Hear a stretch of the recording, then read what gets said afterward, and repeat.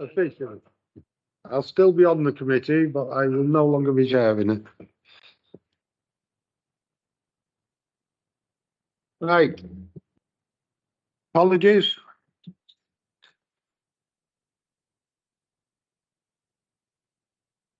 Minutes of the meeting on the 29th of January. Matters arising from the minutes. We'll go through page 5 of the report. Anything on that? Page 5, it starts the minutes of the last meeting.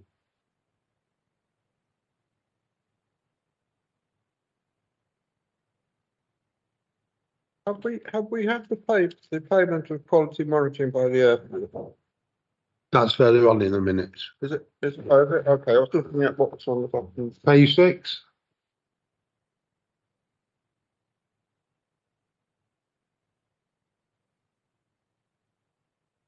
Page 7.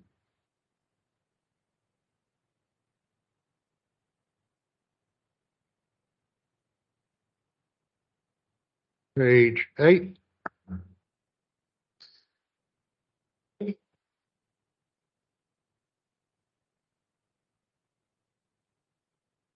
Page 9.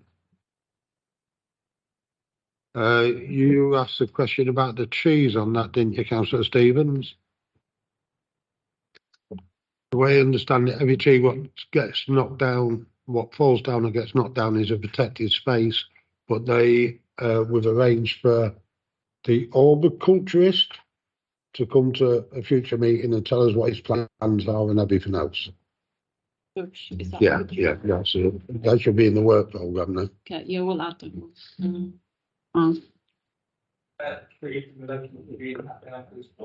Through storms, yeah.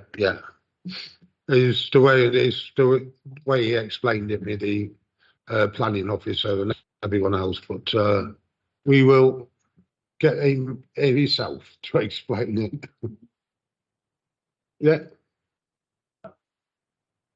Come to the next meeting, not just. Yeah. No, the next meeting's on the work programme, yeah. Page 10. Oh, it's on page 10 what you asked, yeah. Page 11.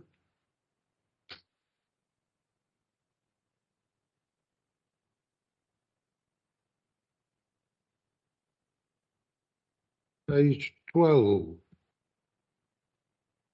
Community Energy Trust has moved on a lot since this report, but that can wait till the next report. And page 13. First report we're going to is the bus services. Steve.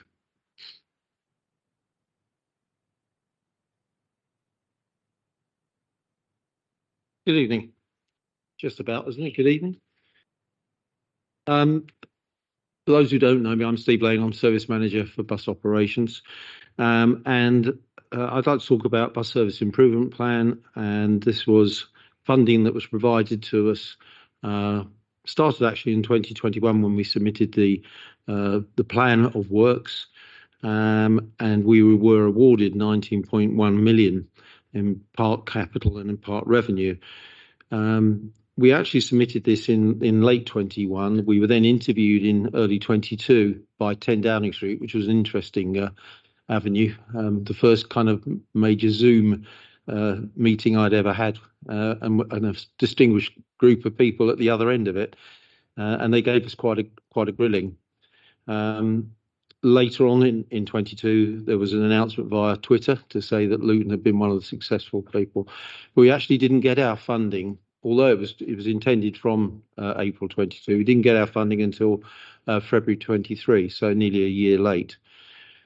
As part of the bid that we put together, we'd been out to bus users and asked them what they were seeking, and they were looking for additional buses. They were looking for evening and weekend services.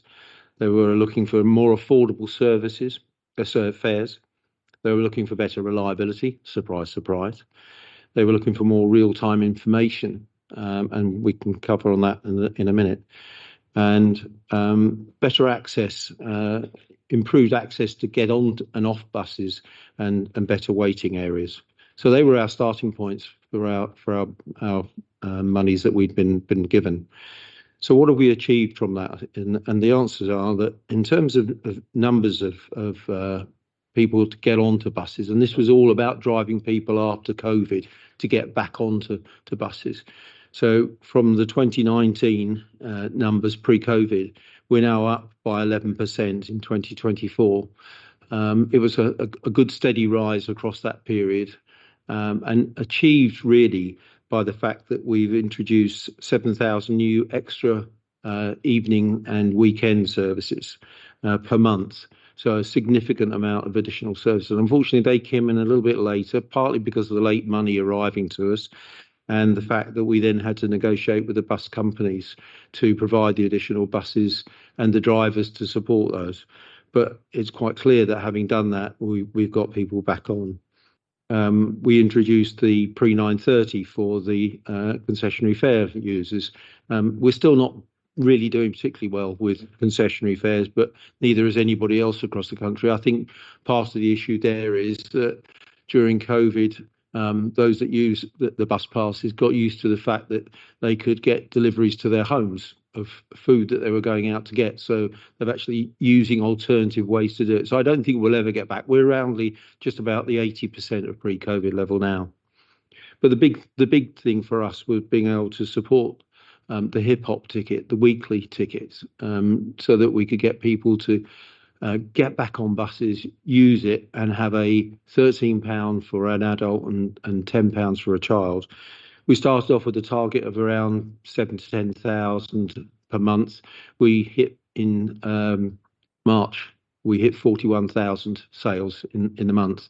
So I think we can honestly say that the BSIP funding has really supported that, and we now agreed that with the bus operators. So across all of the bus operators we have here in Luton, they're all happy to continue with the hip hop ticket, and we've agreed a ceiling on it as well. So we're not paying them any more for the extra numbers that are coming through. So it's a fixed pot of money that's available there.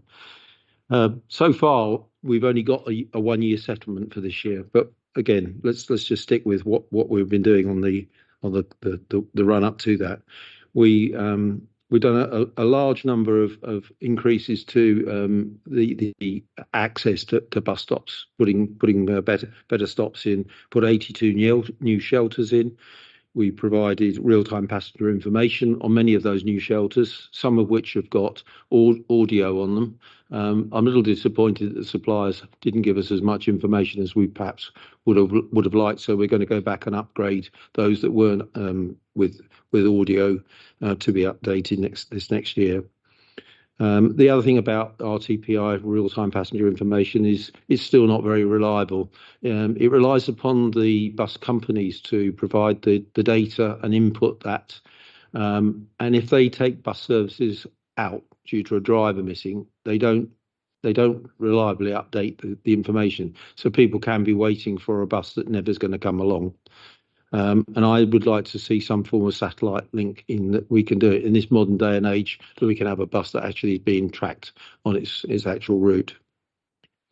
I'll not dwell too much on the park and ride site, other than say that we're still on target for delivery of the park and ride at Butterfield. We still haven't had the ownership transferred to us, and that's partly down to a legal situation that's been created.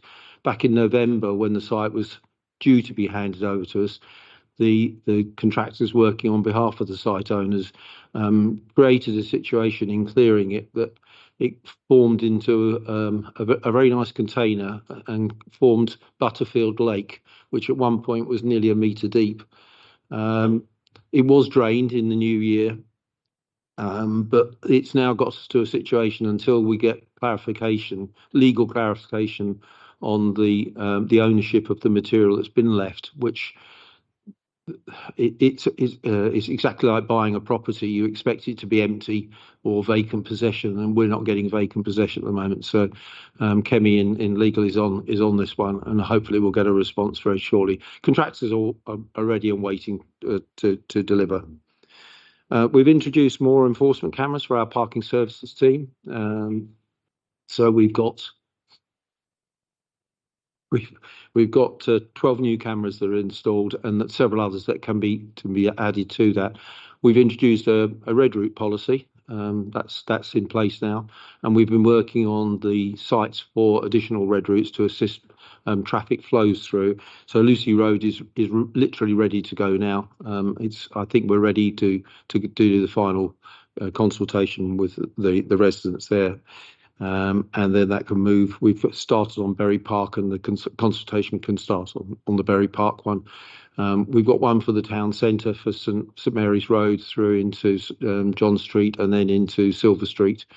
And we're also looking at doing one for Station Road and through into the interchange. Partly that's down to stopping some of the works that are going on in the town centre, and the wrong vehicles being brought in. So in essence, the next phase is to do more of the same. We've submitted the report for the work we've achieved. I think that getting the volumes of people using the bus service in Luton now, our busway is now taking over 50% of the travelling public within Luton. Arriva are about to renumber and rename some of the services they run from the 1st of June. There's not going to be less services, there's going to be more running in there, and they're all going to be with new buses, new Euro 6, so low emission buses that will be running on there. So with Centrebus and with Grant Palmer, we'll be using Euro 6 buses on there exclusively to try and improve things. Unfortunately, the busway wasn't built with electric buses in mind. It's not designed for the weight of an electric bus with its battery load and passenger load, which is a disappointment. I think we have had in the past some structural failures on the busway, which we're now undertaking some detailed monitoring to see if we can detect those before they actually occur. But our reliability on the busway has been getting better and better. There we go. Can I answer any questions? Any questions, anyone? Rob? Thank you, Steve. We see a massive improvement in the buses, the routes and whatnot, especially in most areas in Luton, should I say. Some are still suffering with bus services. But the concern I have, you know, I've spoken to you about certain things just recently, but the big concern I have is the competitiveness around Arriva.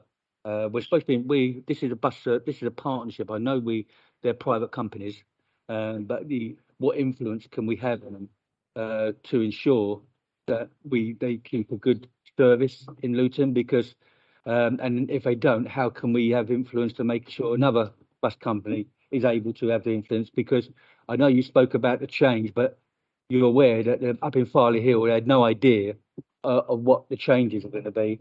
And as far as they're concerned, they've lost 2 bus routes and we're being replaced with one that will come about every hour. Wigmore still has a problem with buses. And we know, and we've discussed, they've taken away the concession of the Green Line to London, which I know you're looking into from a legal point of view. So it appears to me, although we're doing all this stuff, they're doing this other stuff that we've got to try and manage and influence around Farley Hill, around Wigmore, around the taking away that concession. But a lot of people in Luton used to use the Green Line. Now with their bus pass, now can't, because Arriva have taken it out, saying it's not a tourist route. So basically, if I'm asking you from that point of view, what pressures from the council are we able to put on Arriva in relation to making sure they still? Cause I think they must have over 70% of the bus service in Luton, bus routes in Luton, which probably makes them a little bit thinking, well, we're okay here. So how can we as a council keep pressure on them to make sure they deliver a service, a proper service? Farley Hill, I know you spoke to me about that, but the residents think they've lost 2 services. They don't know what, if anything, they've gained, but they think they've lost 2 services. And the one to London is a bit of a worry, really, taking away that concession. Yeah, thanks, Councillor. The 757, I'll come straight on to that one. I think Arriva are wrong. I think the advice I've got so far is they're wrong. The fact that they've now introduced the you can use a pass to get to Bricket Wood, and then they'll sell a reduced price ticket from Bricket Wood into London, is an indication that I think they realise themselves that they're on sticky ground. What I've said is, as soon as I get the formal legal advice on this, I will pass it to them, and I'm fairly sure that they know they're going to have to reinstate that service. They did it without any discussion. They stopped it, and the first we heard was when complaints were being made. So I'd heard nothing about that. The previous discussions about the 757 was many years ago, prior to the COVID situation. They had argued that it was an expensive route to put onto there, but concessions are, and it's a legal requirement for Luton to reimburse a bus operator for the cost of use of a concessionary pass. And it wouldn't matter if it's a Luton person, if it's from somebody in the rest of the country can use their concessionary pass here in Luton and get on a bus here and travel using that pass. Arriva, they take about 80% of our in Luton. It's a very high percentage of our traffic. And I do think, and I tend to agree with you, that they're a little blasé about their position and their strengths. I have reminded them that as far as the Farley Hill is, there was no discussion that we've never agreed to the changes they've made. We are required to sign off any changes that are made in advance so that they're then recorded by the DFC's official recording of this. We have not done that. As of today, I've had an apology from Arriva with them looking into the possibility of introducing a smaller service bus than the ones that they're bringing in now in order to bring back that service to Farley Hill. So I think that's definitely a watch this space. As far as the Wigmore one goes, I think we discussed that at the time. There was only 1.8 people per day that were using that service, and I think from a commercial point of view, there was a difficulty. There is an alternative from Centrebus that's covering that area. Sorry, in relation to Farley Hill, can I ask you to work with the ward councillors because they're really onto this? I did at the time pass out information to those councillors that came to me and feed in the information that I had on what the changes were. I think you'll find Dave Taylor knows a lot about the buses. Knows a lot about it. But David Taylor did ask me about that, yeah. Thanks, Chair. First thing, I thought it was a very, very well written and very positive report. Seems to be a lot of progress, which I thought was excellent. A couple of things I would like to clarify, if I could, though. I'm chairing the Nighttime Economy Task and Finish group, and the group is looking into what could be provided in addition for nighttime travel, and by that I mean probably certainly on the weekends, if not Thursday, because sometimes now around the country Thursday is considered part of the weekend for entertainment. But in order to encourage people, especially young people, to get back home, we'd like to have the opportunity of considering whether there could be more nighttime economy buses from the times. I don't know what time it finishes, maybe at 12, but sometimes people are out till about 2 o'clock in the morning. But what could be done in regard to that? It's certainly something that will come up again. I think Sistra are coming to our next Task and Finish group, so I think we can ask the questions there. But it is something that maybe. So you're absolutely right. Sistra will be presenting at the nighttime economy, and I've just read the presentation that they're. I will be there to back Sistra up. I'll be there. Okay. The second thing is quite right. I think if we could get the information systems up and running accurately for the signage, a rollout of the signage would actually make probably people more inclined if they know they're going to turn up, and especially if there are ways of. I think you can go online now. I don't know whether you can go online and see all the buses that are operating to find the timetables. And I wasn't quite sure whether the hub, which is at the interchange, whether that's there as an information point for the public to go in and ask about buses. Is that the case, or do we have an inquiry point? The hub's operated now by Arriva. It used to be ours some years back, but we gave that up. Arriva taken it over, and it's just for them for their sales of their tickets. So what would be quite useful, I would imagine, since we're talking about 6 different operators, would be having some information point where residents, again, in the same way as having these digital things that is going to make it more popular, so they know exactly the time the buses will arrive. To look in advance. And we have to remember a lot of the older people are not so IT savvy. So having a point or having a phone number that they could go to check up on buses, I think would be quite a useful thing going forward, perhaps. We actually operate in a consortium with Cambridgeshire, Bedfordshire, Central Beds, and now Northants and Milton Keynes.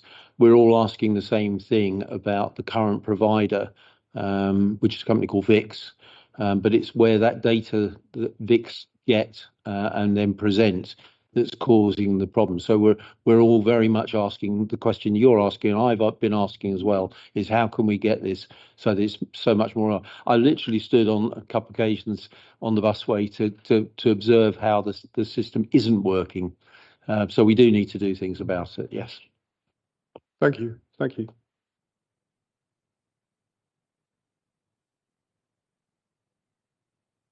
Two questions.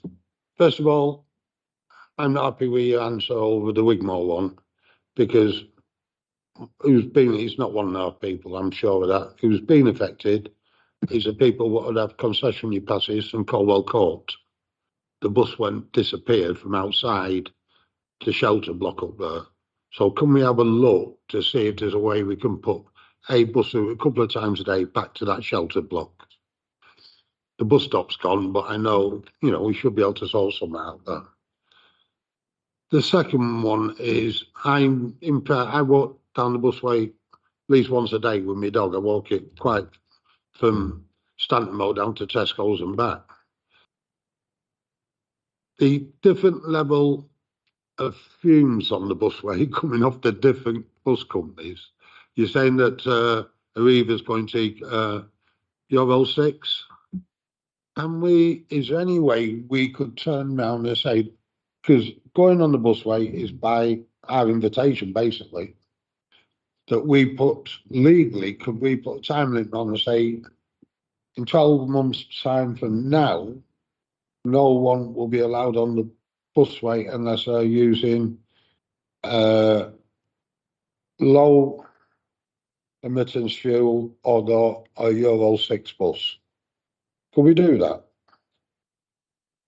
I started doing that last year with our EP meetings, threatening as much as I could threaten, because we don't have any rules, bylaws associated with the busway. Saying, Steve, if we made a recommendation to the council to say to give 1 year's notice, yes, that the only buses that can use the busway will be Euro 6 or buses with low emittance fuels.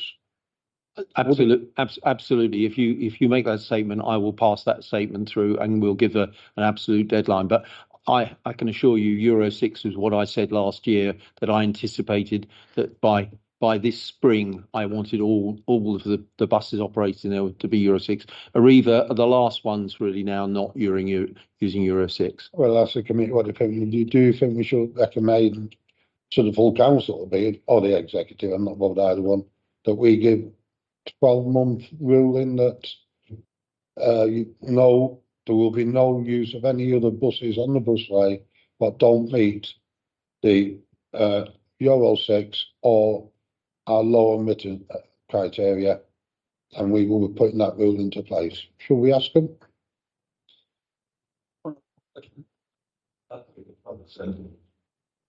We are something to do.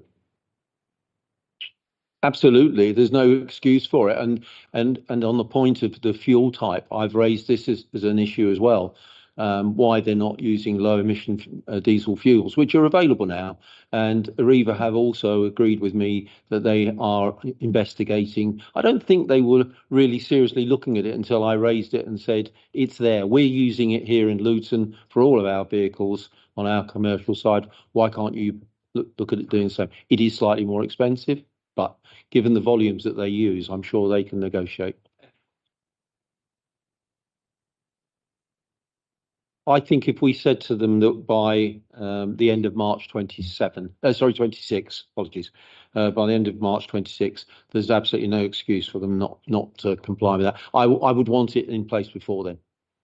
Everyone else happy that we asked that? Yeah? You the two, both you happy? Yeah? Yeah. Right, can we make, who did it go to, the executive or full council? We can clarify. Executive, Aye. yeah. Executive, can we send that to the executive recommendation? Will do. Good, any other questions on the buses? Let us move on.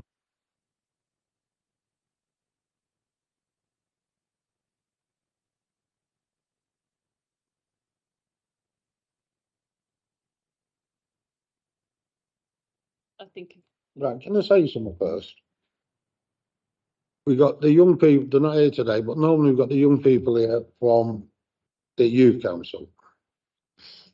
I have never seen so much gobbledygook on a report of some of the stuff what's in here. We need a plain English campaign so that everyone can understand what we're talking about. I mean, I'll read one out to you. The design standard protection of HBFCA is 1% annual exceedance probability of AEP and 35% climate change allowance, demonstrating a significant allowance. The one before it has got 6 acronyms in it. There is no reason at all why we can't be the first. We used to have it a long time ago, the first committee in the council to do a plain English campaign. Stop the use of acronyms and put what it actually means down. No. Right, Pat, off you go.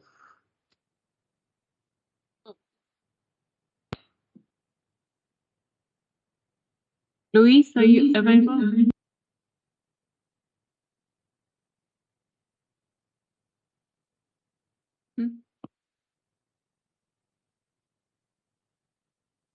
Yeah, I'm not touching it now, sorry. I've got Louise, my colleague Louise I can see you on the Teams. Are you available to present this item, please?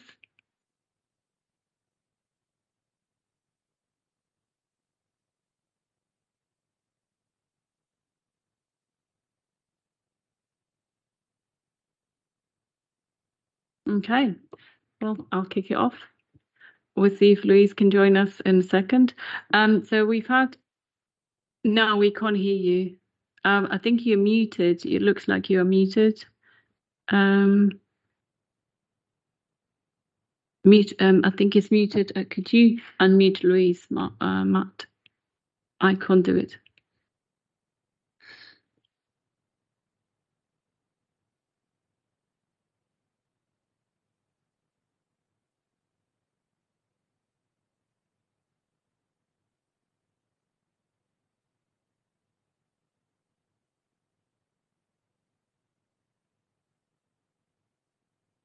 Is it all? Looking at me, Matt.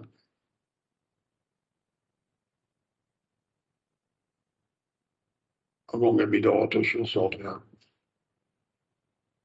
I guess we kids in it.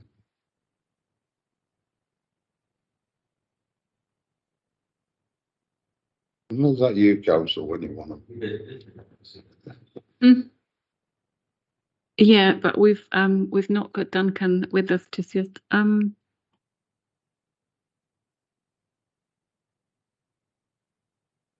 you leave and then dial in again? Would that help, Matt? Yeah. Yeah. Okay.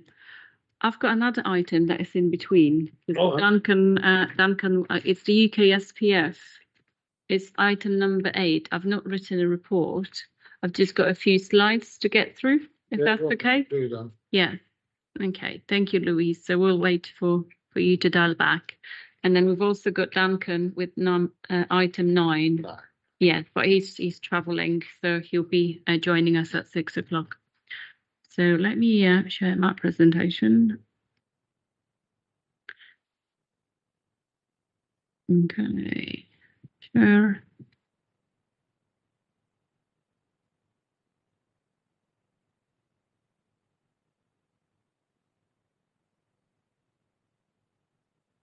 So we've presented to the board before on this, but I thought it would just be useful to give a very quick summary of the impact we've made with the £300,000 that we were committed from the UK Shared Prosperity Fund. So the areas of work that we've invested in was our work with school, work with community groups, and then also work with council officers, so including our awareness of climate change and through carbon literacy training. So the Climate Action Teacher Champions Programme was very successful. We engaged deeply with 33 schools, and that were across all age groups. So it was primary schools, secondary schools. We've engaged with a couple of early years establishments, and also with our virtual school. So the schools produced 33 action plans with over 100 actions that have already been started. So we've got Andrew here. Andrew's been great in interacting with every single school, on giving them a lot of one-to-one support, and now following it up and actually checking whether they've started what they promised us that they would do. Every school that engaged on the programme received £1,000, just because some schools are really struggling with any investment, just to kickstart that work. And some examples that were submitted to us. Ramridge Primary have been on our first cohort, and they're establishing wildflower meadows, biodiversity areas. You could see like the reuse robots, that's from Ramridge Primary. So they involve children in sort of hands-on activities. Wigmore Primary started food growing and now are discussing it as part of the curriculum. Discovered orchards on site. I'm sure Trevor would have been really proud to see that. Chalk Hill Academy starting water audits, and they've also been successful in receiving other bits of funding with the action plans that they've developed with us. They're now applying to other funds to bring more money in for their school for biodiversity area and other activities. Stockwood Park Academy, tracking system for waste, setting up student action teams. So this was something that we've encouraged in every school to set up student eco councils if they didn't have any, so that this could be integrated into student action as well. And so the funding has finished. So we've used up the UK SPF contributions. But Andrew is working with, sort of carrying on working with the schools, linking them up with national programs. So the big national program is the Climate Ambassadors. So we could be very proud that we've contributed to development of the national program. So UCL, University College London, who we've had employed to develop this program, they've now advised DFE, and they've used Luton model in the London hub. So all schools in London are benefiting from the work that was developed here. So that's something that the team is very proud of. We're also working with the National Education Nature Park. So schools in Luton are eligible for some funding to improve biodiversity, improve nature on their school grounds. So Andrew is also making sure that they know all this information and supporting them in that endeavour. And we'll also be we've developed relationship with Carbon Literacy Trust, and we'll be testing new training offers for school teachers that are coming in nationally in Luton, because we've developed these relationships and delivered this program.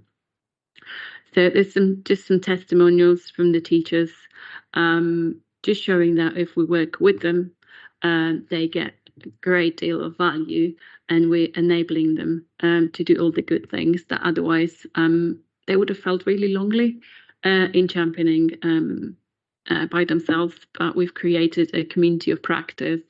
I've made great connections between the schools within the shared learning trusts.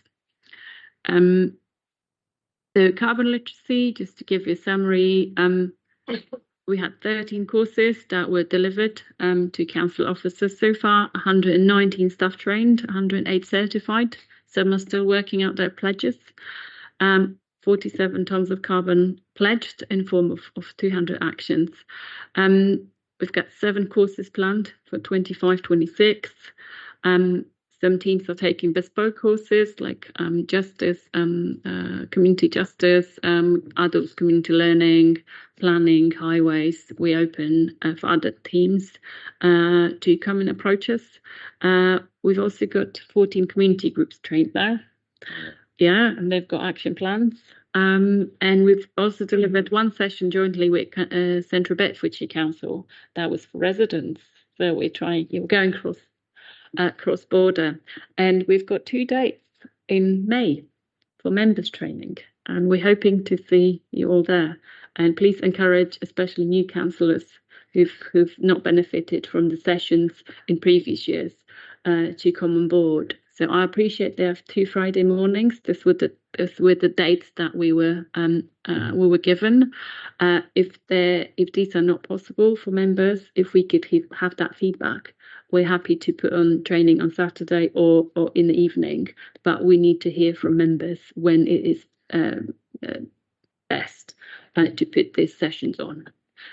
Yeah, and Andrew will be there, and I'll try joining as well. And yeah, community energy south. So that's where you come in, Councillor Shaw, with community energy view. I was going to say community energy south. The consultants will be working within the next week, 10 days on the skills we've identified, and they're fully funded, externally fully funded, and they've been appointed today, haven't they? So they'll be working in the town in the next week. They'll be surveying the routes. Yeah, the first ones were going to be Woodlands, Woodlands, Whitefields, and at least 1 other building. But they're the first ones are going to be worth looking at. So an idea, and it's only an idea before anyone jumps down my throat. Wigan have unlike us, they've got an actual budget for climate change and that kind of stuff. And what they've done to encourage the climate change champions to come forward from the schools, the grant regime goes to a representative board of the climate change champions from the schools.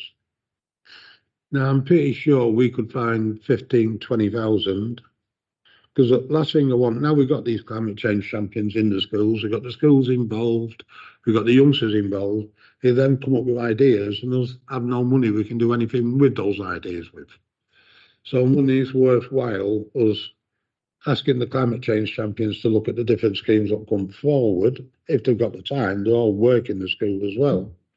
But also if we can allocate from either Luton Rising or someone like that, a £20,000 budget for them to pick the schemes within that budget heading. Is it worth trying it? I can speak to Keith up in Wigan and find out exactly how they made it work, but they made it work. And I don't see why. I've just got a feeling that we've got all these nice climate change champions working in the schools, and unless we can deliver something for them, it's just going to be another council initiative what will disappear slowly. By actually delivering something, we might be able to keep hold of them. Yeah, if I can sort of talk to that one. So as legacy to that project, we've directed the school teacher champions to the other funding opportunities that are available at the moment. So, for example, there is a Greener Futures Fund from the airport, and these applications are now concluded, and funding is awarded quarterly. And schools, a number of schools have been successful in receiving up to £10,000 per application. Through the Bedfordshire Community Foundation Trust, wasn't it? Yeah. What I'm The saying is, applications are very simple. why don't we get those schools champions to actually pick where the money should go? If you can't hear, come and sit at the front. When you are like sitting at the front, don't sit at the back. Why can't we get those people what are actually the community champions from the schools to pick where that money should go? Or is that too radical for Luton? We've got the Citizens Fund. Rob, you were going to say something? Well, you should look after the people doing the work, you know, to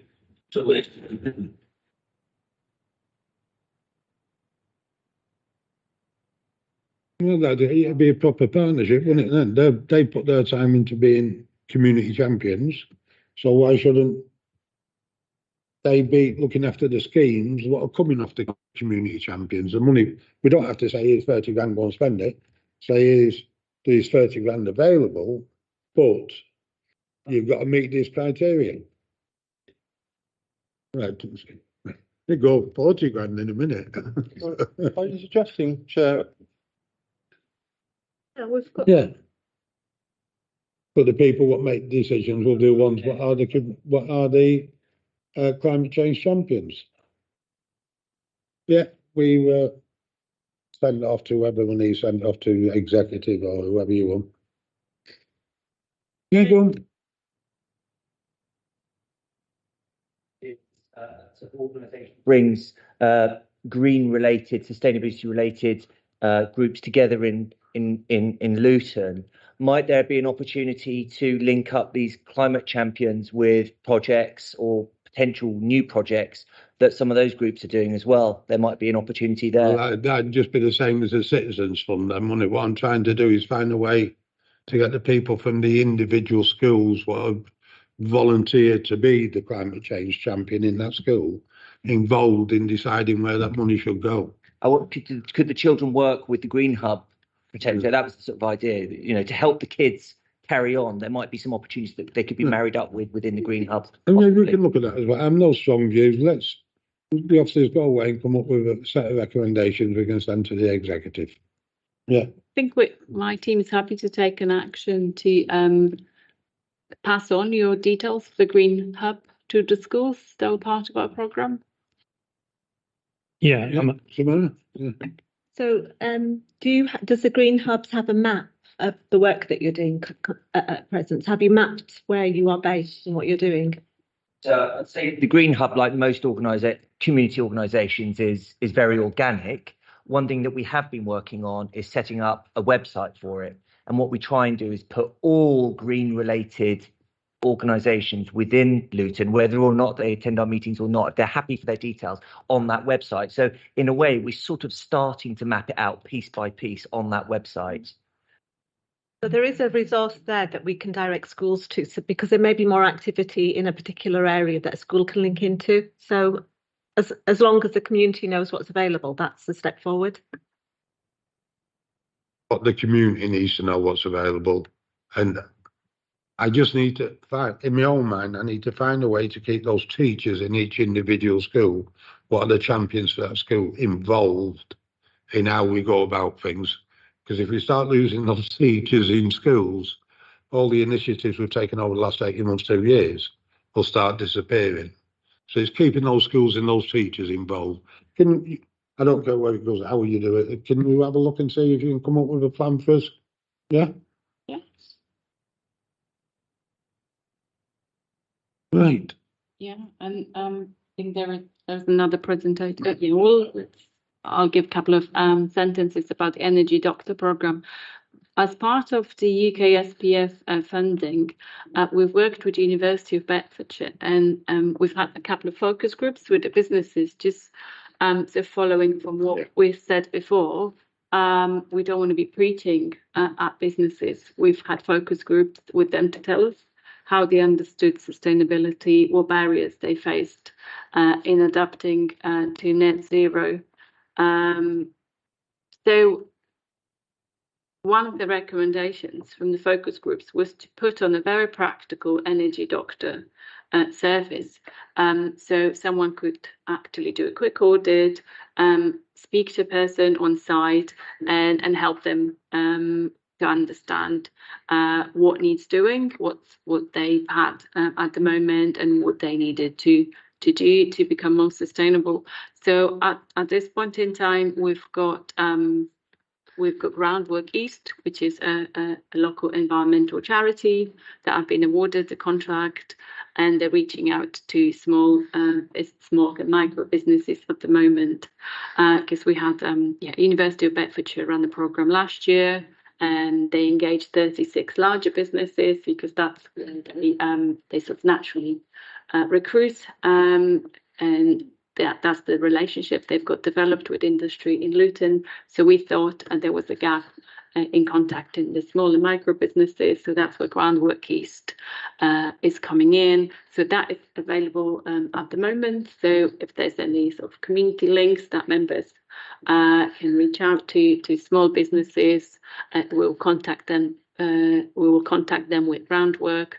So it'll be another sort of 6 to 8 weeks where we've got the window of opportunity to still sort of carry on and give some advice to businesses. Right. And just a little addition to that, in the next, if they're not already here, in the next couple of days, 1,000 leaflets will be arriving with handy hints on the back on how to save energy through the Luton Community Energy Trust. So if any of you want any of them for your fates or anything else to give out, we'll be quite happy. If you give me a ring or Dylan or Kat, we'll be quite happy to get some of those leaflets to you so you can give them away. Right, so that's the end of my bits of sharing. Right, are we going back to Rod, or are you doing the business support programme? So yeah, if we can, Louise, are you able to join us now? Can you hear me now? Yeah. Sorry, that was the sorry.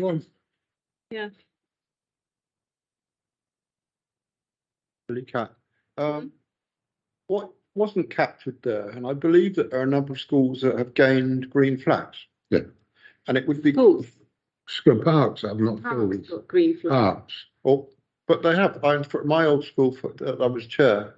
You mean green like the entrance actually eco got a green school, flag. the eco school certification? So it would be quite useful when we're thinking about what's happening to ensure that perhaps we capture that. the wider view.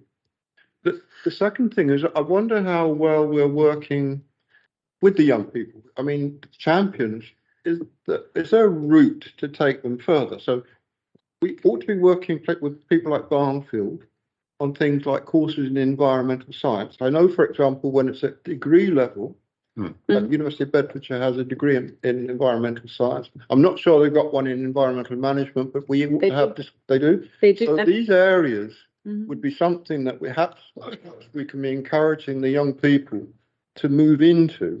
It can go right the way up to MSc level and beyond into a doctorate level, which, I mean, it could be on areas where they could be adding to the body of research within Luton in the future. So, yeah.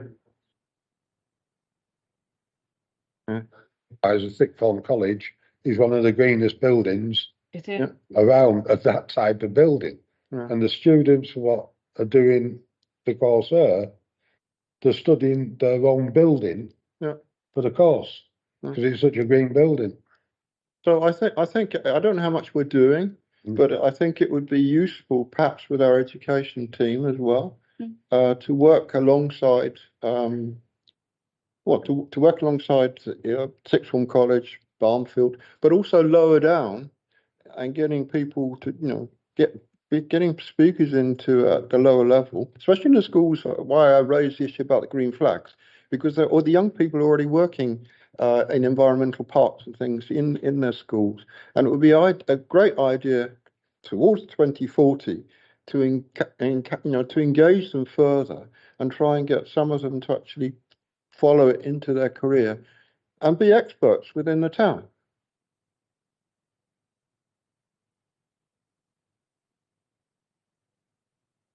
The House of Lords over it all. That's what we'll do. You know, I've no problem with that. Getting as many people, the more people who get involved, the better it'll be. Simple as that. Anything else, anyone?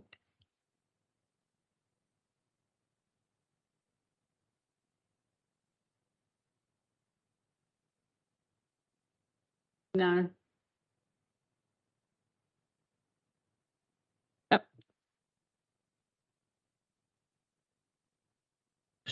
Okay, Louise, we're ready for you now.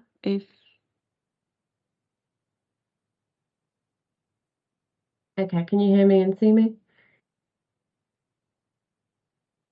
I think I'm getting a delay, so I'm just wondering if you can hear me and see me.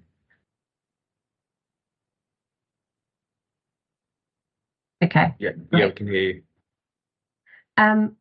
So the report, I appreciate, did have some acronyms in it. I'll address that first. Where there were acronyms, they were then abbreviated into letters after the full text was written. I think if there's an issue with that going forwards, then I'd be more than happy to write the full wording for each report into the future, but it'd be good if that could be agreed. With the report, there's quite a lot of content, so I'm hoping that you've all had the chance to read it.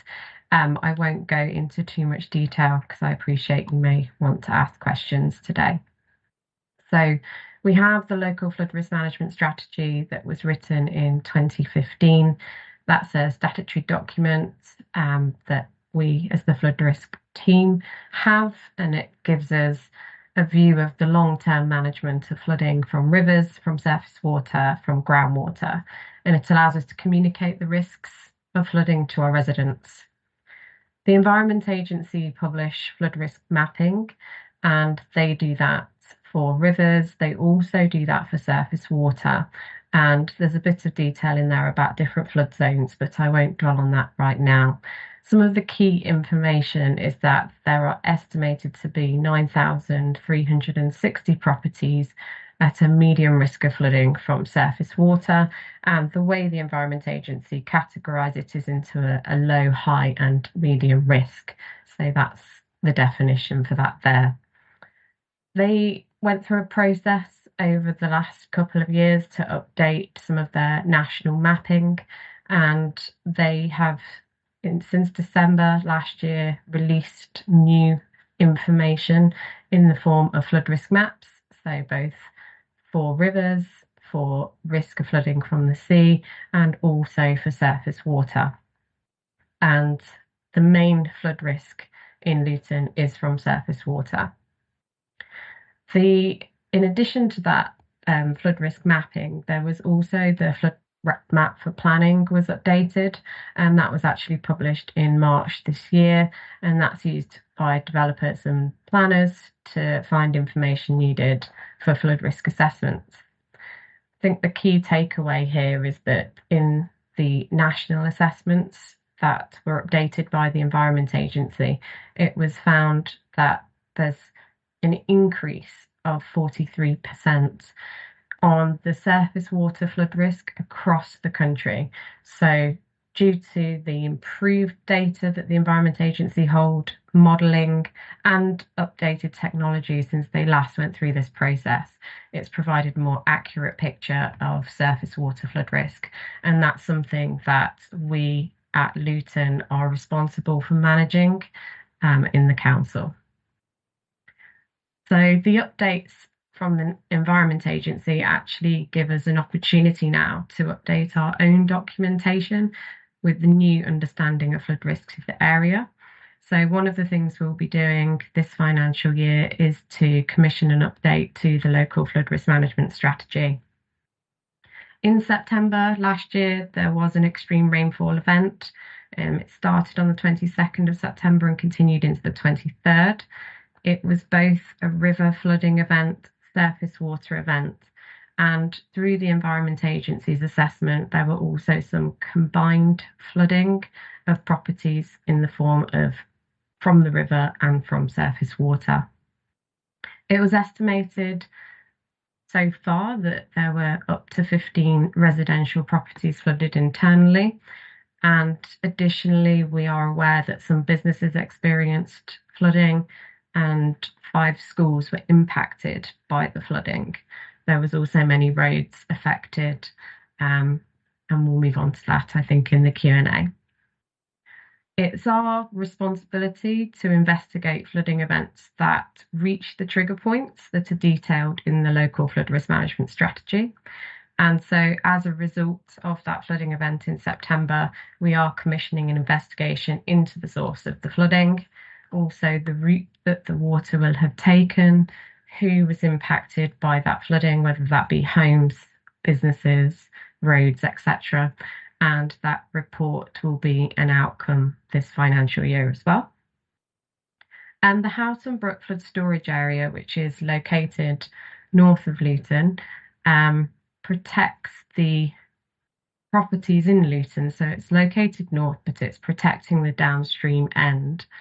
And it was tested during the September flood event. I won't go into too much detail here about how the trigger points happen, but ultimately the flood storage area intercepts water that's flowing in the Houghton Brook before it flows on into Luton. And its purpose is to limit flooding to properties downstream of the flood storage area. So a control structure limits the flow of the water through the embankment, which is built up.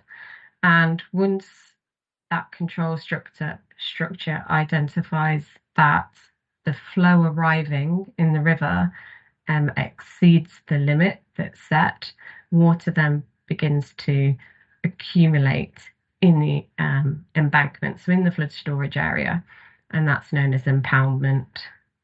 The detailed information that's in the report actually comes from our Environment Agency partners, because they own and manage the flood storage area. So what they provided to us was evidence that the flood storage area was operating effectively during that flood event in September. And in the report, there was a graph, figure 2, which showed the point which the triggers mean the Environment Agency inspect, and then they notify, basically they notify the operations side of things. When the Environment Agency is managing the flood event, they have operations, so ongoing monitoring throughout a flood event. And if the flood storage area were to become full, the spillway would be enacted. But in the event in September, it's shown that the actual depth of flooding in the flood storage area didn't reach the level in that the spillway would have been enacted. So overall, the flood storage area operated as it should have. It impounded the water from that flood event. It prevented flooding downstream, and it didn't overspill. In response to that flood event, we are aware that 5 schools were impacted, as I've already mentioned. And historically, the flood risk team has undergone a programme of SUDS in schools, and that was 2 schools were covered under that last programme we did, which was the William Austin Junior and the Warden Hill Junior schools. They both had projects that were constructed in the summer of 2023, and they were delivered in partnership with Department for Education, Thames Water, Luton Council, but also the Environment Agency. 2 of the projects had a variety of interventions, so there were tree pits, rain gardens, a rainwater harvesting tank for one of them, and a flood door. There was also some SUDS planters, which means the water from some of the roofs in the school ground at William Austin Junior, the water from the downpipes was collected into those SUDS planters.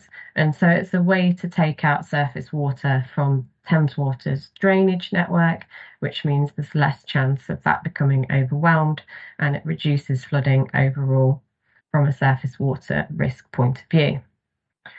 So what we've done as a flood risk team is put in a bid again to the Department for Education, for the 5 schools that were affected in September. And we have recently found out that they have awarded us £300,000 to spend on projects to improve flood resilience to surface water flood risk over the next 3 financial years. So we'll be working on those as well as the other projects that we have in our portfolio. Openly 2 is a capital project. It's looking to deculvert the River Lee, and I've mentioned in the report that it's through the town centre, and it's looking to create further pocket parks such as Hat Gardens that was already completed in 2023. The project will be looking to improve nature connection, also reduce the urban heat island effect from the buildup of heat in towns, improve biodiversity, and also give people more access to the river, which is largely culverted through the town centre. It's currently going through a business case stage, so we have to satisfy Environment Agency rules in order to get the money for that project, and we're looking to submit that outline business case this year, so it can provide another update in due course. Alongside that project, Luton's always had the aspiration to create a River Lee linear park. So we have currently been able to appoint a River Lee project officer to assist with a range of projects that are linked to creating that River Lee linear park. And at the moment, we're working on the designation stage. So that's looking to agree which sections will be included within the linear park and how we can best protect them with a legal designation. Further to that work stream, we also put in a bid last year with the Regional Flood and Coastal Committee for our area. That committee is the Thames Committee, and we were awarded a £50,000 pot under what they have named their Prosper Fund. It's a surface water flood scheme, and it's looking to, again, reduce the impact of surface water on largely urban environments. And so we're looking to do another rain gardens project with that money, but we'll also be working with our highways colleagues on that to see if we can improve how much rain gardens we could deliver, for example, by working with our colleagues in highways. We do partner with other organisations, and Anglian Water currently have funding for river restoration projects. So they are working on delivering those at Bideawhile and Fallowfields, and they're currently at the detailed design stage, which means they've shared with us their current designs. Parks have been involved. We've had various conversations about what they're looking to do, what the improvements look like, surveys that are needed, and they are engaging with us as needed on those designs. So in summary, we've got lots of work streams happening. We're looking to produce the statutory flood investigation, which is known as a Section 19 report, in the next financial year. We're also looking to deliver a rain gardens project through the Prosper funding. We have got the outline business case to submit to the Environment Agency this year for the Openly 2 project. We have the aspiration to update our local flood risk management strategy basically as soon as we possibly can, but we hope to start that in this financial year. And then Anglian Water as well are working on the detailed design for the river restoration programme. And now I'll open up to any questions. Can you explain to me, you say downstream, you know, people, I can understand down the south of Luton, around Luton and all around this area, downstream being protected. Why did we ever allow the surface water from Amazon and the Dunstable area to be discharged in the head wall into Lucy Park? Are you saying it doesn't happen? That's the first question. It doesn't happen? All right. They've got their own ponds. They've got their own pond. The second question is Houghton Brook. Now there's so much development over that side. Houghton Brook gets full. it quite often gets full. The balancing pond at the side of the back of Kestrel Way, behind that way, the big balancing pond, allows the water out into the brook, into Oughton Brook. Lucy Brook joins Oughton Brook. The water can't get out of Lucy Brook. Yes, it does. It joins it further down, Tollington Mill. It can't get out in because Oughton Brook's full. We spent all that money putting the flood relief stuff in on Pastures Way, but that September, Lucy Park flooded and Pastures Way flooded. You know, that's at the start of everything. And what's happened is, the developments further down the river, nothing can get away quick enough from Lucy Park now. And, you know, we nearly lost the basketball courts. We lost 1/5 of the park because the river overflowed there. When we spent all the hundreds of thousands on doing the stuff on Pastures Way, and it's surprising because September it flooded there as well on Pastures Way. Those houses flooded, those poor people can't get any insurance at all. But why didn't we deepen Lucy Brook to take more water? Because where it comes out where the head wall is, it's 1.8 metres deep. But you go down just 250 yards to the first bridge, and it's only 1.1 metre. So once it, and then it goes deeper, it comes up again as you go along to the little balancing pond. So all the water just disperses there, comes out of the bridge, and just goes across the left-hand side of the park where the football pavilion, tennis courts is, and everything else. With all the work what's gone on out, and why didn't we force them to deepen Lucy Brook or widen Lucy Brook? That would have stopped the park flooding. To take Do you that want- one. Kat, Yeah. do you want me to start and then you Yeah, can add yeah. to? Yeah, carry on. So the Houghton Brook scheme was an Environment Agency scheme, and the way that the Environment Agency assess flood risk is to look at the costs of delivering a scheme and the benefits. The benefits in the Environment Agency schemes have always historically been number of properties that are at flood risk, not parks or recreational spaces.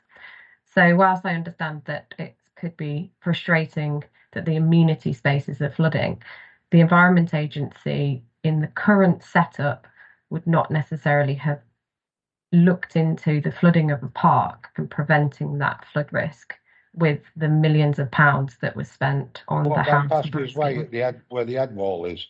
Because those houses can't get insurance because of the flood.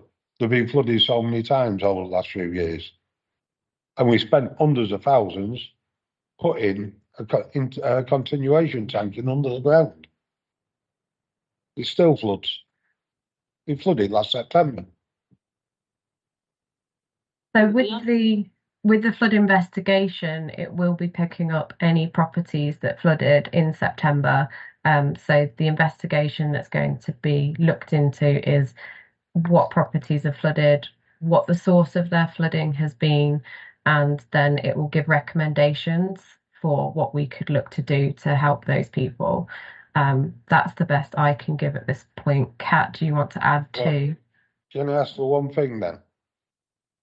They blew the tops off the manholes last September, the 3 manholes what are there where the holding tank is. It often happens. But if Thames Water cleaned out the head wall, the grates on the head wall, so the water could get out through that head wall, through the grates, it'll be a lot easier. And for so many years now, all we've had is when you phone the council, the residents, they get told it's Thames Water. They phone Thames Water. When it's on the council park, it's the council's responsibility. Thames Water is responsible for cleaning out that head wall. Can we advise the people what live on that bit of Pastures Way, if it ever floods again, on how to sue Thames Water for not cleaning out the head wall grate? They're our residents. They're not Thames Waters. They're not Dunstable. They're Luton's residents. And at the moment, we need to make Thames Water do what they pay for, which we don't. Eh? I think there was a delay. She can hear it with a delay. Yeah, I can hear. Is that a question about can we Yeah. hold Thames Water accountable? Yeah. We Exactly. do work with Thames Water. They actually funded a large proportion of the Suds in schools that were delivered at William Hill and William Austin. William Yeah. Austin and Warden Hill Junior. In terms of specific issues, we can report them to Thames Water through their reporting mechanisms. In terms of holding them accountable, I've worked with Thames Water for many years. They're a huge organisation, and actually finding the right people can be a challenge sometimes.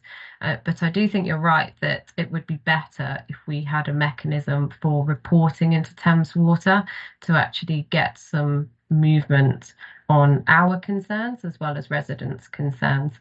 So I think that's something that Kat and I can take away to see if we can look at a mechanism to improve reporting to them. Right.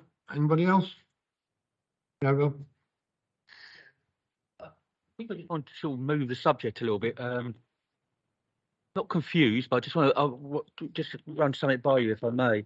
We're talking at the moment about surface water having the most impact, which in my simple mind tells me that's the rain burst. Too much rainwater coming down, and we can't cope with it at that moment of time. We have a good relationship with the Environment Agency, which you said there. At some point, I think, because we know the Environment Agency's resources have been cut considerably, and at one point I had a relationship with them. They used to, I just could ring them up every 6 months maybe, and they would come down and do some work in the River Lee in Linbury. They're not doing that now. Although at the moment the surface water has most impact, at some point I would suggest that's going to have an impact. The work they're not doing in the rivers, I would suggest. So maybe being front foot forward, we can start talking to them about how are we going to start looking at the rivers, making sure they're cleaned out, making sure the weeds, they know what they're looking for. They come down and do a great job. Once they're in there, that's great. They do a great job. But at some point, that surface impact, we're also going to have the impact of the lack of resource from the Environment Agency in the river itself. And you can see as you walk down the A6 through the fence how dirty it is in there, So that's going to have an impact. So I wonder if we can have those conversations with them in relation to trying to get that clean up. But also as a council, I think we need to probably be aware from the experts like yourselves, I guess, and what impact in relation to the Victorian pipework, the drainage system is having as well. And is there anything we can do around that area? So I'm just moving the dial a little bit because I think you're right. The surface water is the impact, but if we're not careful, we're going to have an impact somewhere else. Thank you.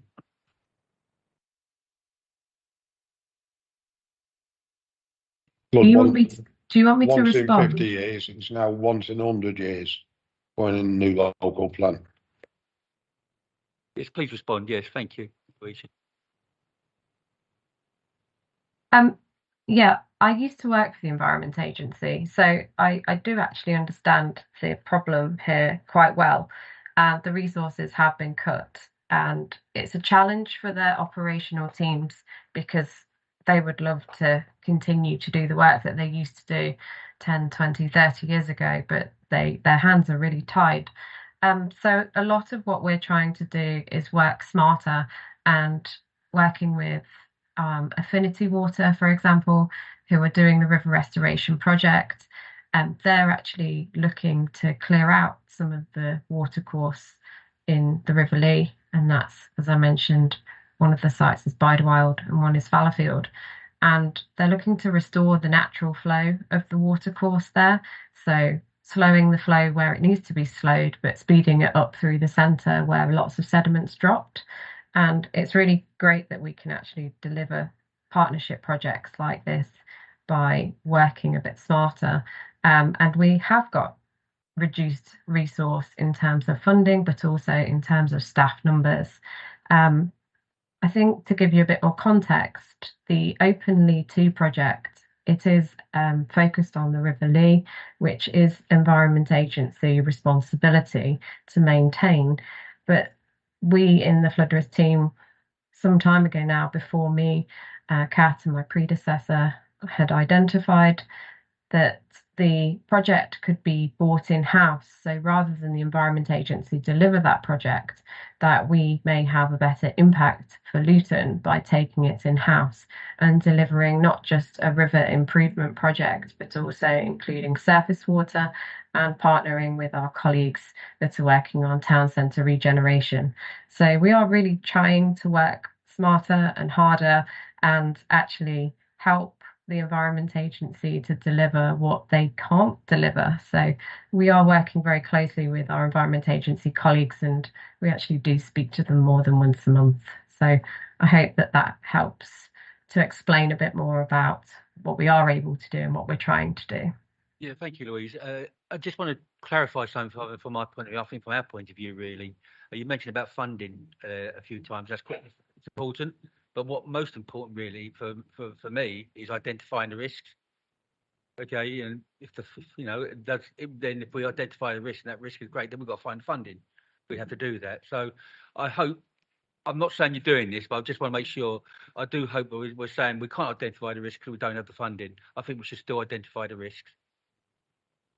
We have identified the risks, yes. So the Open Lead 2 project really has legs to go forwards with a business case because there is high risk to not maintaining the watercourse. Thank you, Mr. Roach. Thank you. Councillor Stephen? I sent through, I don't know whether you picked it up, a video that was given to me by residents in Osborne Road of what they suffer when we have extensive rainfall, which is happening more and more these days. And I'm wondering if you could give an idea of what the solution could be going forward, because I'm not sure if it's to do with water that's coming from far away into the town, or if it's just to do with the what's coming down from rain and surface water. It definitely is a problem. I mean, if it happens, during the day, that's a major school run for students coming from the academies, and we'd be in a serious situation then. We'd have children sort of blocked from getting to school to home. So you've seen the video. It happens quite often when there's extensive. So really, residents are looking for a solution. Can I just suggest the officers aren't going to have a design solution tonight? But as soon as you've got one, can you let Councillor Stevens and Councillor Isles know what your proposals are to alleviate the flooding risk down there? Yeah, thank you for the question. So with highway flooding, anything that lasts for over 2 hours, we do pass on to our highways colleagues who go out and look at the drainage and see if they can clear the drains.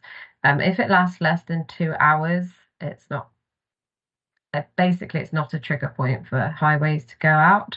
And a lot of what we're able to do with the funding and resource that we have is look at properties that are flooding. We can look at businesses that are flooding.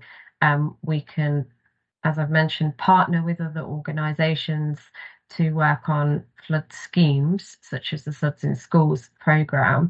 But we don't easily have a mechanism to address highway flooding. And part of what we're trying to do with the Prosper Fund, for example, is take highway flooding into sustainable drainage systems where we can get funding for those sorts of projects. And that means that we can divert some of the water from roads into sustainable drainage. So it stores the water, it treats the water, it can slow release the water back into the drainage system and alleviate some of that pressure on the highways department. I don't want to speak too much for our highways colleagues, but we have had an indication that they are looking into more sustainable drainage along highways. Kat, I'm not sure if you want to comment more on that. As part of the flood investigation, that's one of the properties on our list. So we'll have an independent engineer looking into it.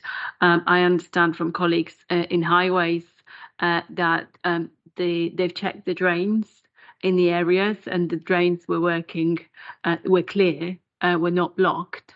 So they suspect Thames water capacity, pipe capacity issue, but then it's also a situation of very intensive rain that is very localized.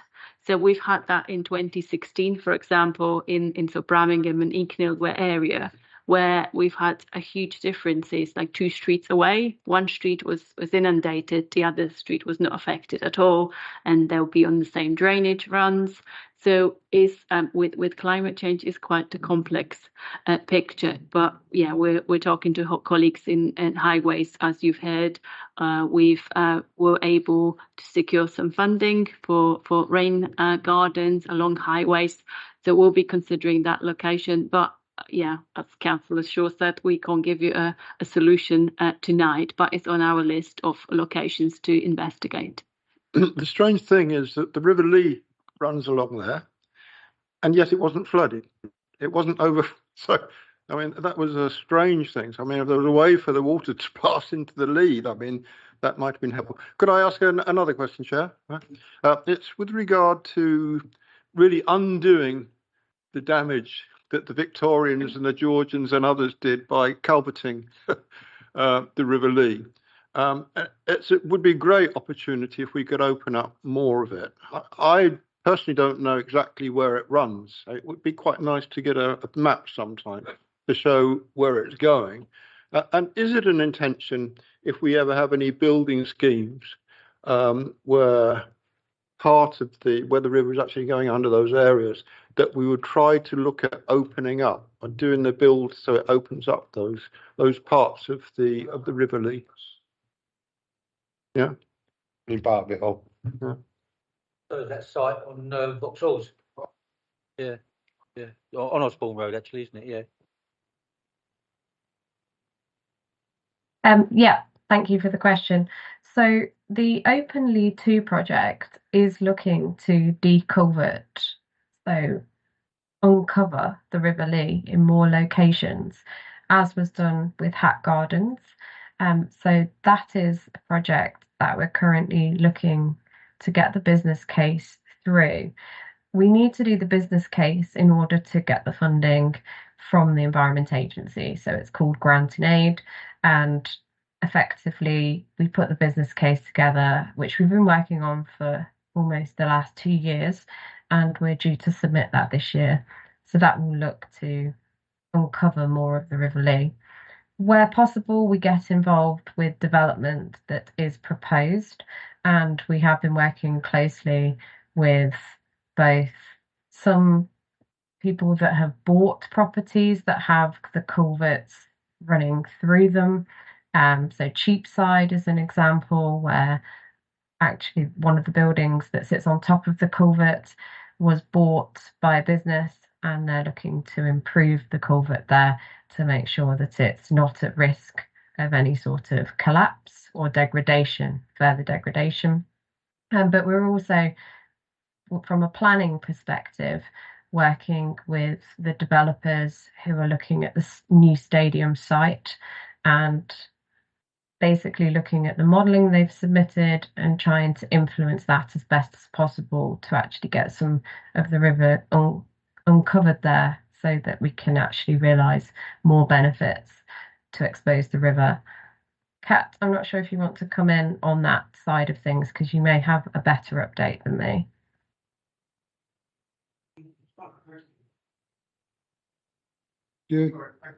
Any other questions, anyone? Yeah, no. Thank you, Chair. On page 27, point number 3, you mentioned about the 286 properties. Are you able to mention, are you able to clarify which part of the Luton those 286 properties are on the flood June 3? That was said earlier on, they're identifying all those properties and the flood risk zones. They're going to be identified on a map, which everyone will be able to see. Yeah, just to confirm on that, those are properties that are affected by river flooding. So it's river flood risk, not surface water flood risk in that 284 number.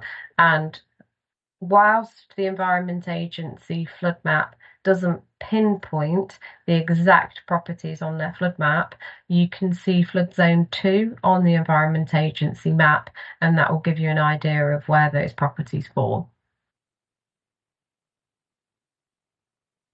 Okay, yeah, thank you. I got another follow-up question. Yeah.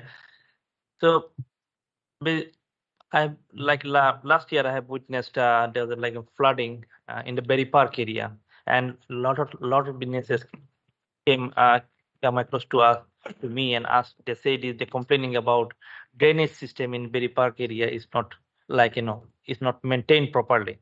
Then it causes a lot of business. This flood water get into the their shops, and they got some some damage on their the goods and items. So I understand you mentioned you have a budget issue. Are you going to identify which areas you need to check before the next rainy season? To prioritize to clean the drainage systems, or to review to increase their drainage or sewerage capacity. Thank you. Was this actually flooding in September in the Bury Park area? Yeah. It was? Yes, yeah. yes. Okay. So that will be covered under the Section 19 reporting, so the flood investigation that we have done. If you do have further information or any photos, please do send them through to us. So that's flooding@luton.gov.uk, because we are collecting evidence to form the basis of that investigation. So any additional information that you have, we'd be really grateful to receive. That can help us prioritise areas for protection. What I was saying is, do you have any plan to review this, this drainage capacity, to review to check if the drainages are clear or? The officer's just told you. So the officer's just told you any water risk from flooding by rivers will be identified.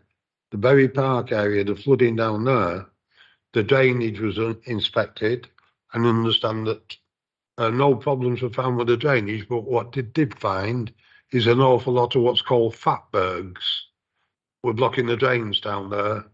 We're not accusing anyone or saying anything, where some shopkeepers had decided to just pour the fat down the drain outside, and the council had to go and unblock it all, and Thames Water had to go and unblock it all. My view is anyone caught doing that should be fined and in court, and the key should be thrown away, because they're flooding, they're affecting other people. But that's what was happening. I'm sure the drains will be checked again, just to make sure none of them have come back. But everyone had a letter down there telling them of what their legal duty was. All right. Yeah, just put because there was a wider context question about the mapping. So I've just put in an example of how the mapping looks like for Luton. So we'll circulate the links so councillors can just click. I've just put the town hall as the pinpoint here, so councillors could check which areas are affected by the river and by surface water flood risk. This is all published on sort of our strategy, in our strategy document already, but this one is sort of more interactive, and as Louise said, they've been recently updated in January and in March, so this is sort of the latest data. And again, if there is residents or businesses that are asking questions, then councillors, if you could sort of pass on this information so people can look at their flood risk, and if they are in an area at flood risk, it's very useful to sign up to flood warnings. So then when Environment Agency have information about coming weather fronts with heavy rainfall that is expected, the people who are signed up to flood warnings will be notified. So then they would understand what they need to do to protect their properties. I did ask did point out about I had a meeting down there with a lot of the shop owners, and it was pointed out what the problems were. The videos we took of the drainage and the flood warning they could sign up for. I don't know how many of them have, but it was pointed out to them about 6 weeks ago. Right. We are supposed to have one item left on the agenda, and that is, or 2 items. The item number, business support program, digital skills, sustainability and net zero. No, it's not. It's the next one. No, that is it. That is the one. Is anyone here to do it? Yeah. Oh, she's here. Here. Carry on then.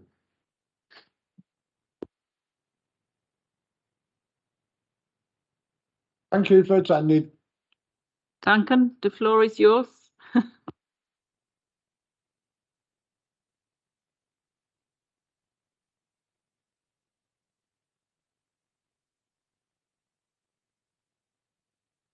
Oh, it's trying to get online.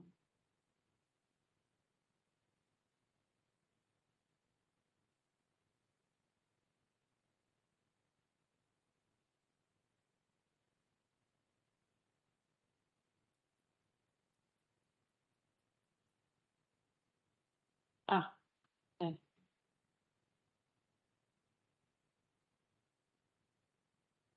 Yeah, we're waiting for you. Me? Oh. Hi. Hello, everyone. I'm really sorry.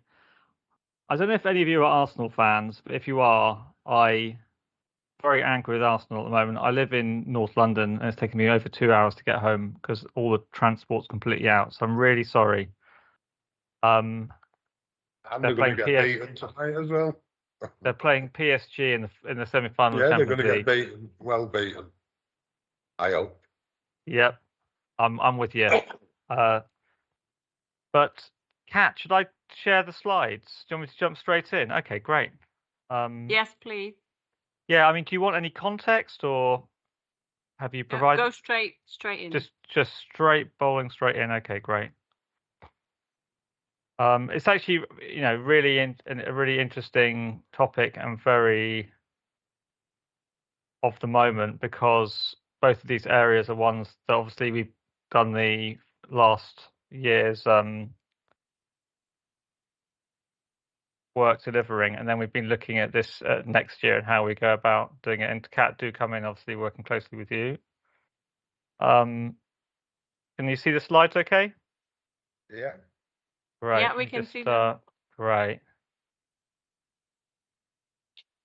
So really quickly, so what I'm just going to talk through is really 4 things, which is the Luton Online work, which is our digital marketing and digital skills business support program for 24-25, and then talk about the sustainability work, business support work we did also in 24-25, and I'll talk a bit about 25-26. So obviously the fiscal year has just changed over that, so we're just starting now in 25-26 and can tell you a bit more about what we're doing there. So I'll just start on with a review of last year. So Luton Online, this actually came out of, we did a lot of engagement about what businesses actually wanted that would be useful for them, especially around digital skills. And this came out of work with Berry Park and the Emerging Business Forum there, and the idea that people were looking for help, support in marketing their businesses in Berry Park. And it proved to be very, very successful. So we provided face-to-face workshops on different topics, also online webinars and monthly training sessions as well. So some online stuff as well. We tried to make it as face-to-face as possible. And then also one-to-one mentoring, where they had half-hour slots at Arndale House they could drop in, which were pretty much all entirely fully booked. What the results were that we provided digital marketing support to 112 businesses, entrepreneurs, which really was way above what we expected. I think 60 was our aim around that. Creating 13 jobs, and 28 businesses have adopted new to firm technology, so new to their firm technologies. And we also gave out £1,100 grants to businesses to cover digital marketing costs. Note that the £500 grants were actually they weren't from the UK SPF, in case that's of interest to people in terms of where the sources of funding are coming from. One of the things that we found on this was that we had to actually go back to basics more than we thought, and the partner we worked with, who were really good at kind of coaxing that out, realised that we needed to get some entry level stuff across to people. Things like registering their business on Google as a starting point. But I'll move through and maybe come back to questions, or if you want to come up with questions as we go, that's fine as well. The Net Zero programme, so that was with the University of Bedfordshire. So the development of effective travel plans to reduce business environmental impact, and one-to-one consultancy sessions with industry experts, and also tailored advice on. Oh, can you see my slides now? Has it moved on to Net Zero programme overview? Not yet. We can only see No, the first okay. one. Annoying. Okay, so there's a bit of a lag. I can come out and go back in again. Can you see now? Sometimes it works better if you have the. Oh, yeah, it moved now. Yes. Yeah, I'll maybe is it all right to keep it at this size? Maybe that will mean that we can. I'll try expanding it and see if. Yeah, if that it's fine. works. It's working Yeah. fine. Okay, great. So we had 36 businesses attending, and this is I'll just go through quickly. Yeah. So the last 2 points I'll just come back to, but it was very interesting, and Kat, do come in on this as well. University of Bedfordshire, we were trying lots of different ways to engage with businesses around this area to try and understand exactly what we could, what sort of services that would get the most take up and be the most useful. And it was quite difficult in a way, to challenging. Although we had 36 businesses attending, we were hoping for more than that. And a couple of results or things of outcomes from it is the need to be able to communicate clearly the value of this to organizations. But what it did provide us with is a whole set of case studies, which are by chance, well, maybe by design, let's say by design, all live now on Step Forward Luton website as of today. We've just been uploading all those so that you can see the case studies, because the university was able, and we were able to work, and Kat, as I say, you were closer to this than me as well, custom to work in a more custom bespoke way with those businesses in order to provide what they needed. And I think a really useful thing is it's helped us kind of with market research around what businesses really need in this area as well, because of though we were able to work more closely. Now I do have the case studies, I could run through them, but I know that we're obviously item 9 in a long agenda. So that's really on last year. I'll move to next year.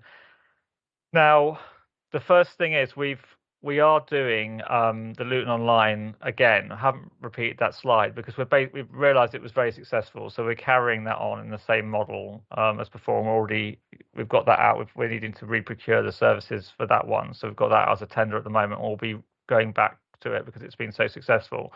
But one of the things we did find is that there's also a demand for artificial intelligence and people understanding that more. And there's obviously a lot in the news about that and it being a kind of disruptor. And given we have the university with its strength in artificial intelligence, with Professor Ed Baum, who's joined in the last year and is very a specialist in artificial intelligence, is also a very famous researcher in AI as well at the university, that we're working with them on a pilot for the beginning of this year, or for this fiscal year. And this is where we're offering some clinics, so 4 bespoke consulting clinics. Sorry, I am on the slide with AI. Let me go back out and come back in. Thank you for letting me know that the slides are slow. Can you see AI now? Yeah. Yeah, great. Okay. So we've got 4. So this isn't a massive amount of money we're spending on this, but what we're doing, a little bit like, I guess, with the sustainability, we tried various different ideas, workshops, one-to-one clinics, consulting, different ideas, and the travel plans through, working obviously with internally as well, to try and see which of these was adding value. And this is the same thing we're trying with this. We're trying some consulting advice clinics. We're trying to understand the AI tools and how to implement them. So that's actually thinking through what they're doing and where they could have projects that AI can lend itself to. One thing to say is that the safety, education, ethics is at the core of the program. So that's kind of built into everything we're doing. So making sure that that's everything is nailed down in those terms as well, so that we're not trying to we're not getting ahead of the side of the safety of artificial intelligence. We've got that in mind. We've also got 2 immersive workshops where there'll be tools around for people to try out and see what the sort of things they're doing at the university, and also clinics where people can drop in with their specific ideas, specific needs around artificial intelligence. Now, the great thing is we can say that we've already had a massive amount of interest in this. We've got 70 businesses that are already signed up for 2 of our sessions, 2 workshops, and we've also got the university working already on 15 projects. So that's the first one I went through, which is where they're talking about current AI tools and how to implement them. So there's already 15 projects being developed. So this is an area of exciting area, and one that we can get ahead of. With the second authority in the country to offer artificial intelligence business support. So, and just finally, the going back to the sustainability from last year, thinking about this year. This is a live program now, and really we really want to get the word out about it. And Kat may have mentioned it already, which is the Energy Doctor program. Oh, great. You've covered the Energy Doctor. Amazing. So yeah, you know about this. I guess the thing to say about it is please spread the word. We're going to do a newsletter dedicated to it to really, really push it more, because obviously with the EPC rating, the slide is stuck anyway. The EPC rating, I'll come back out, and really hard material things that help businesses are one of the things that came up out of sustainability. The one thing I should say also is that grants, and this is something pick up Kat in discussions going forward, how we can weave grants into this, because basically what we're doing is saying here are the things that you need to do, but also how grants can then be applied. But obviously grants can sometimes need to be of a certain size, and that will need funding. I heard that the ballpark EPC rating for a residential unit, if it's sort of around D or E or whatever, to get it up, is about 15 grand. So we're not going to be able to get close to those, but what's a meaningful grant amount? But that's something we can pick up. I put at the bottom just the providers forum and the future funding. So one of the things we're setting up via the economic growth strategy, in fact, I'm going to move slides quickly to that. And so one of the things that I can go through this as well, but can you see this slide, by the way? Let me know if you can't see the economic growth strategy. It's to set up a providers forum that's a bit like the employment providers forum, which is all the various different parties providing business support, Chamber, University, South Midlands, anyone that's doing business support in Luton, bringing them together and understanding from a more strategic standpoint, right, who's doing what, where are the gaps, and also we commission every year a business survey that then feeds into what we're thinking of doing, and we're planning another one of those this year, and that will feed then into that providers forum to be able to understand exactly what we're doing. Now the thing is, UK SPF, and Kat might have covered this, is only this year, so that's something we're getting going, because obviously we'll need to understand the funding picture and also the service mix, who's getting what. This could change around, or it could be that we get another very similar to SPF fund arrive, but that providers forum will kind of help us be more strategic about that and be prepared for doing other funding bids. And there's also more bid funding capacity within Luton Council coming on stream, which would also be really good.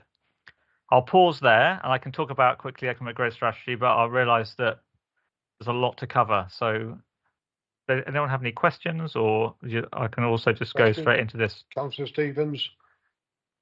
One quick question. I understand that this is a fairly free service that's been offered to the various businesses. However, when it's gone on to the stage of the university actually working on the projects on behalf of the various business, is there any charge that goes back? Being an ex-director at the University of Bedfordshire, I would hate to think that the university, which is also struggling for funds, is not getting something out of the work that they're doing.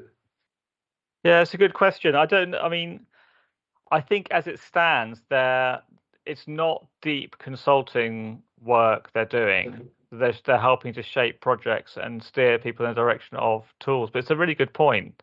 In terms of, it's interesting when I have been meeting with the team there, it does have the flavour of a consulting kind of outfit in a way, but one with a more practical side to it. So I would say that that what they're doing is not something necessarily that there might be some kind of freemium model that they want to start operating, but at the moment we're keeping it quite clean and saying that we're paying you, we're the ones that are doing that, and we want you to be even-handed and help everybody the same way. But I don't know what their model is, and as you say, Councillor Stevens, they probably would be looking at commercial models, but I don't necessarily think that this would kind of clash with it. It probably helps in terms of them establishing their name, to move themselves into that space. But as I say, that one of the things as well about it is it's a pilot, even though it's been incredibly successful already in terms of take up and the sort of press and stuff or sort of general buzz around it. We'll see, because we haven't put a lot of. It's not a big investment that we put into it, and we're keeping back funds to see how it goes and where we should best work with them. So we can also have that discussion with them as well to make sure that they're getting what they need out of it. We work so closely with the university. Obviously, we've got the civic agreement. We sort of at times feel like one organisation anyway, in terms of that we're very aligned in terms of how everyone works within the two organisations. So we'll be really open to listening to what they need. Before we quickly go through the next bit, I've got to say Oxford University did an AI digital heat loss mapping exercise in partnership with Oxford City Council, but now they're selling that Oxford University all over the country to enough every other council in the country. So, sorry, just keeping my ex-hat on from when I was a director at university, that they are looking at a commercial applying and letting the university gain some money, because they're making 250 redundancies now. It would be good if they could get some money to help. Yeah, good point.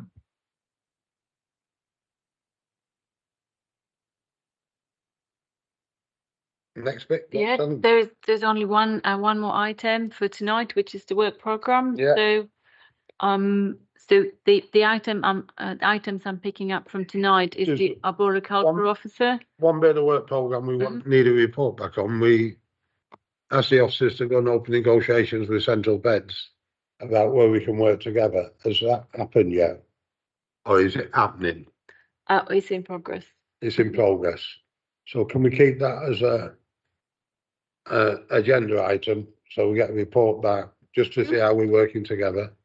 Yeah. And I don't want to scare the council officers, but the DCO's been granted. I believe you need a climate change meeting over the airport. And I don't think there's much more you need on the agenda for that meeting, apart from the reports back in the airport. I'm happy to take that away to the airport to see if they'll be ready for us in July. DCO's granted, so I think we should go for it now. Okay. We've also had a proposal to talk about the LTP5 to bring in an update, because that's sort of in development, and since transport is such an important issue for. Will that be too long an agenda with the airport on there and the? The airport. Yeah, just keep the airport as a one agenda item. Okay. So no one will be restricted on questions and what they want to say and that kind of stuff. Okay. Everyone happy with that? Yeah, when that comes back, presumably take into account, obviously, that the expansion is going to provide jobs and money, but we have to look at the negative implications. So we need to know when that report comes back, what's in the plans to mitigate problems for residents. There's one report we'll get. Yeah. The airport will fetch its sustainability report and talk to its sustainability report. We will ask questions on that sustainability report. And if there's something what's not in there, what we think should be in there, we're quite at liberty to ask it to go in there. But that sustainability report is part of the DCO. We are well within our rights as a climate change committee to ask questions on that sustainability report. Simple as that. Let's not shy away from it. Let's ask the questions on that report.